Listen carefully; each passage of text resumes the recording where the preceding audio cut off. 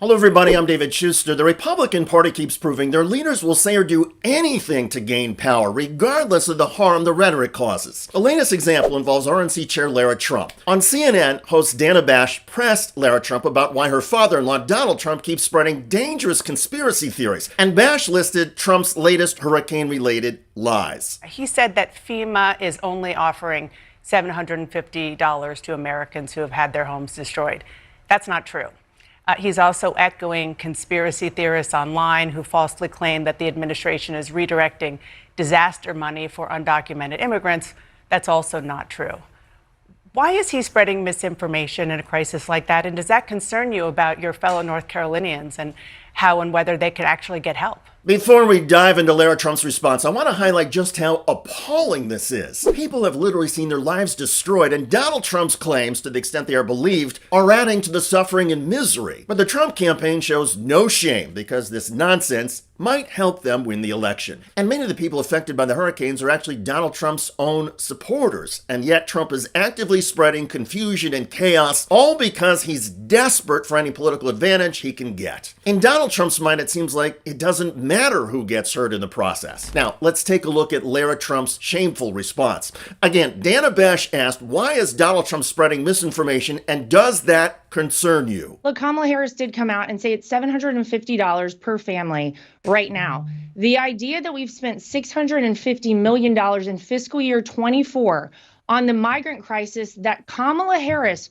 was responsible for stopping, and by all accounts, she created by having an open door policy at our southern border, but is Lara, infuriating. Laura, let me just stop you right there. Of this country. Let me just stop you right there because I just want to not let this get out there. You are right that FEMA is giving $750, but that is a first step. It's for immediate needs. It's called the serious needs assistance. Dana, and said that they are out of money in terms of their hurricane relief. We have another hurricane heading towards Florida right now. What they have said is that there is money right now. Why don't they have anything in order? Why is it that right now the citizens in Western North Carolina are screaming for help, and it's having to come from local citizens? People from my hometown of Wilmington are driving across the state 6 hours to go to the mountains and help people. It is bad. Where is our federal government? Why are they out of money? It is bad there, but my question is about the misinformation, particularly the notion that they are moving money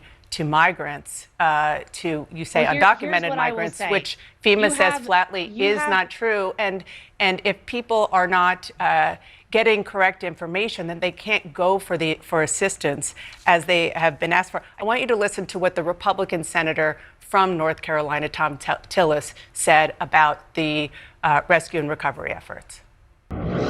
I'm actually impressed with how much attention was paid to a region that wasn't likely to have experienced the impact that they did.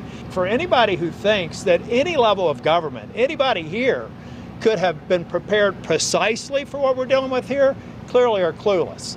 But right now, I'm out here to say that we're doing a good job. The Republican governor of North Carolina is happy with the federal government response and with the coordination with the state. It's the same story with the Republican governors of South Carolina, Georgia, and Virginia. But back to Lara Trump. As you heard, she completely dodged the question. So he and others are saying, please, to the former president and to others, stop spreading misinformation because it's hurting people in North Carolina.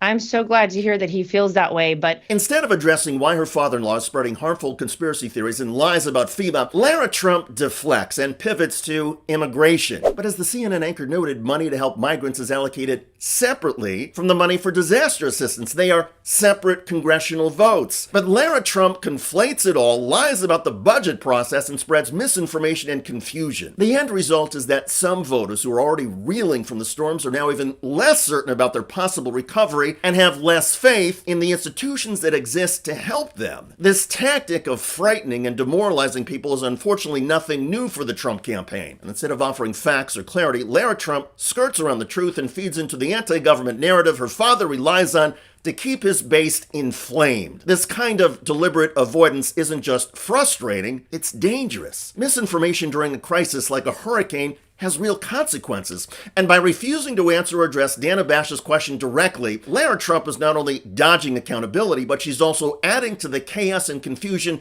that puts lives at risk. It's a classic example of the Trump playbook. Never admit fault. Always insist your opponents are wrong, fan the flames, and make sure the truth gets buried under a mountain of falsehoods. Lara Trump's evasive response is just one example of a much larger issue. What we are seeing here isn't just the Trump playbook at work, it's the Republican Party's strategy as a whole. Theatrics and distractions have become their go-to tools, offering no real solutions or substance. Whether it's spreading conspiracy theories or avoiding accountability, it's all part of a calculated effort to deflect attention from their deeply harmful policies. It really shows Donald Trump's stranglehold over the Republican Party that the question of did Donald Trump lose in 2020 has become seen as a gotcha question. It is not a gotcha question, and Vance's answers around this really reflect his shift from someone who was once calling Donald Trump possibly America's Hitler to somebody who is now parroting his false election rhetoric. But that is not how he always felt. Take a listen to this clip from November of 2020. I really don't see any reason to think that this is going to become violent or chaotic. I think that when Biden is inaugurated, people will, more or less accept it, and it'll be on to the next fight.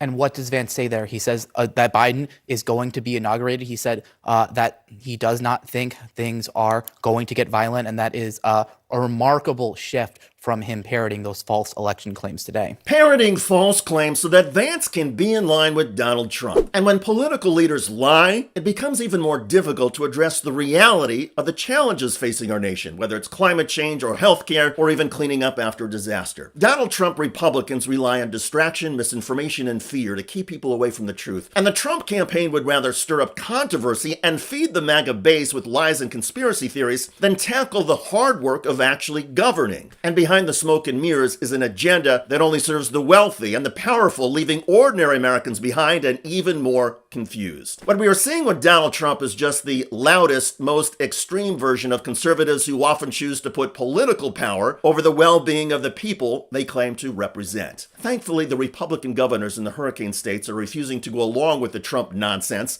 at least on this issue. And hopefully that will mitigate at least some of the emotional damage and anxieties that Donald Trump and his family keep inflicting. But let this all be a reminder, fear is a powerful political tool. And one of the best ways to stop it is by voting. Make sure you are registered for the November 5th election. Let your voice be heard. All of us have an opportunity to shape our society at the local, state, and federal levels. So get out there and vote. It will make you feel better, and it will help all of us. I'm David Shuster. Thanks for watching.